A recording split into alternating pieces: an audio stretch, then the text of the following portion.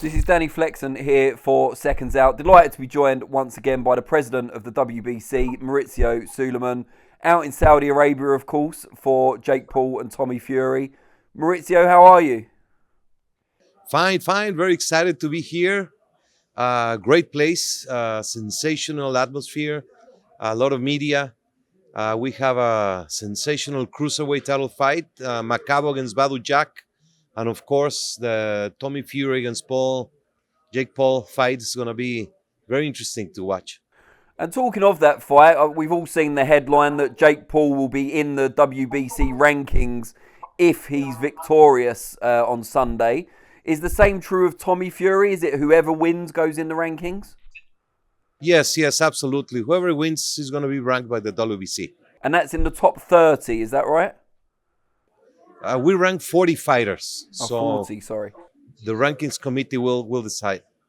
And you've created, or WBC have created, a special championship belt for this occasion, I believe. Just tell us a little bit about that and where the idea came from. The local organizers want to celebrate this special event. It's Diriyah season.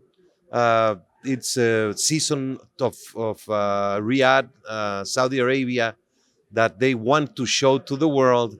And they requested to do a special commemorative belt, a trophy for the winner. What, just as a general question about this fight, if Jake Paul were to win, given his limited experience, his background, what does that say about boxing? Does it say that boxing's maybe a little bit easier than we all thought? Well, it all matters on your personal opinion. What we have seen in Jake Paul is tremendous punching power, good chin, and very improved skills. He has been downgraded and he has been at some point discriminated because he comes from a different scenario, which is the social media and the influencer. But to the contrary, I believe that he has demonstrated hard work, dedication, a lot of improvement.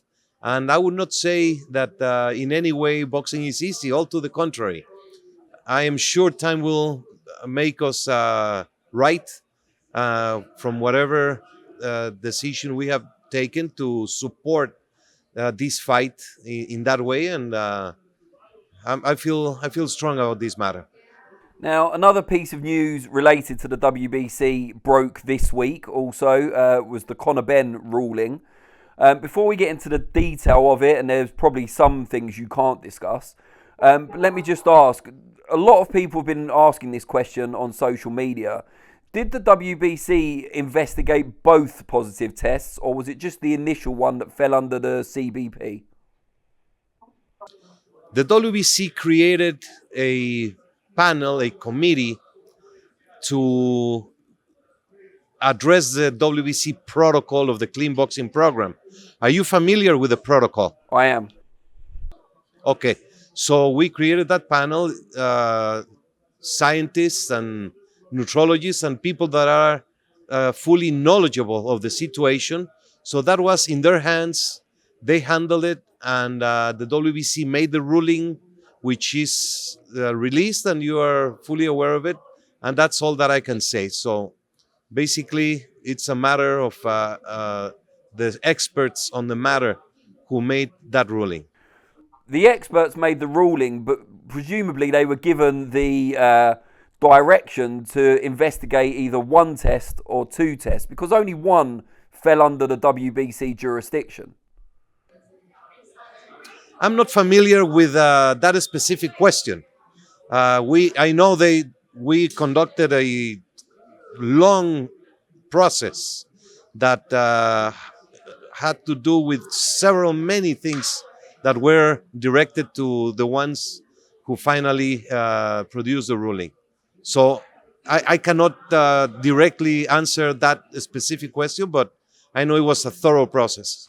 Now, something that's been written about a lot this week is the subject of strict liability, which is a protocol endorsed by WADA, VADA, and so on, that an athlete is responsible for anything that goes into their body, whether knowingly or unknowingly.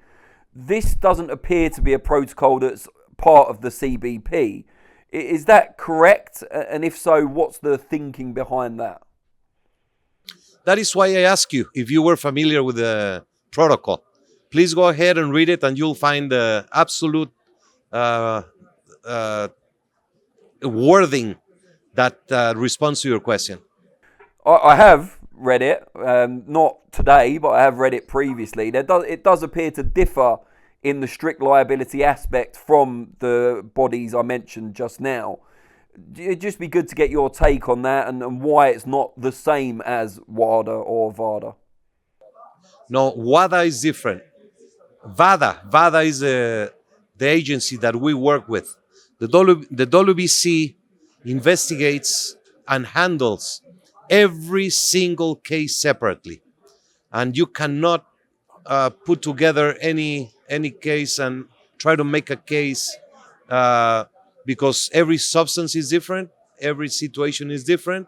So we do the thorough investigation and give the athletes the full opportunity to try to prove that their case. So we do not go strictly by it's in, then you are guilty.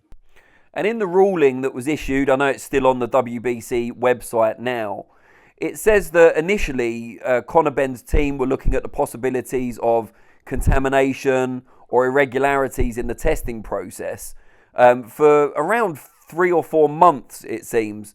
And then new evidence was presented earlier this year, maybe around 3 weeks ago. I'm just trying to get an idea, and people have asked this as well. Why was no ruling made when that was the direction that Conor's team were pursuing around contamination, but just 3 weeks after the nutritional direction came in, there's a ruling already? Well, it's a different scenario.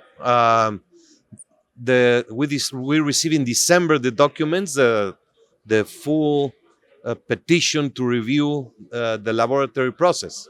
So that was on December, and then we received the nutritional side, and we held a mediation with him, a hearing. So it's clear. It's all clear in the document.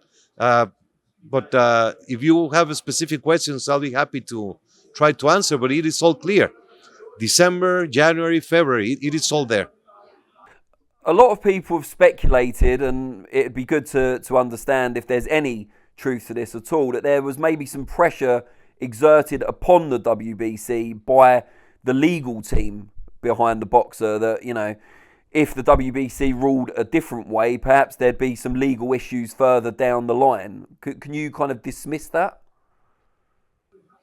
I don't understand very well your question. Pressure from who? From the legal team of Conor Benn, that there would be some legal issues with the WBC if the ruling went a different way. No, we don't rule by pressure. We don't rule by popular demand. We don't rule by any situation. We took the time that was necessary, and the committee did all the research and all the process under our protocol. And talking of popular demand, this isn't going to be a popular decision. I'm sure you realise that, and it's not something that can factor into your decision-making process. But does it bother you in any way that some of the fans out there will be critical of this decision? No, that's why I said we are not in a popular demand position. We don't rule by that, and I don't really read much social media, because when it is with such directed hatred, and then it's dismissed. I am happy to respond to every question. I read positive when there's criticism and it's based on proactive and in a position that is different. I'm happy, and criticism helps you become better at all times. But I'm not worried about what is said, and I feel sorry that there's so much hatred into situations, People don't educate themselves. They don't learn. They don't understand. They don't read. They don't evaluate. They just get something in their mind and then just explode with it. And should Conor Benn, and he's going to be subjected to rigorous testing now, that was part of the ruling, should he produce another positive in the next 12 months or in the future while you guys are testing him, would you feel personally disappointed having kind of not helped but kind of made the ruling you have if he then tested positive again? I don't like to speculate, but the protocol describes precisely what you are saying. So it's all there. If there's situations that happen after, there's consequences. And getting back to the fight in Saudi Arabia, this is the latest big fight to take place in the region. Do you see the Middle East as a whole becoming the biggest boxing powerhouse over the next 5 years? Well, Prince Fadi made it clear yesterday that it's his intention to have Saudi Arabia to be one of the most important hubs of boxing. They want to host great events. They love the sport, and they want to show the world that this is a region where they have done Formula One, golf, tennis, and boxing is going to be an important part of them. And how much of a role can the WBC play in that development? Well, we have played an important role over the years. We have worked with the boxing commissions here in the region to help them in training, in creating protocols, in creating all the rule book and the process. We have brought officials and medical trainers. We have done it by Zoom, so we're in continuous communication. And of course, we're happy. Everything that is good for boxing, we will support. Now, I know you don't do predictions of fights, but can you give us an idea of what type of fight we can expect on Sunday night? Well, Makabu against Badu Jack is a sensational cruiserweight title fight. And the Paul Fury fight is very intriguing. We will see. It's called The Truth. I like the name of the fight, of the card. And we will see the truth. We will see what happens. I see there's good ambience, and they don't like each other, and it's been clear that there's animosity. But once that bell rings, we will see what happens with their ability and who will win the fight. Excellent. Mauricio, it's always a pleasure.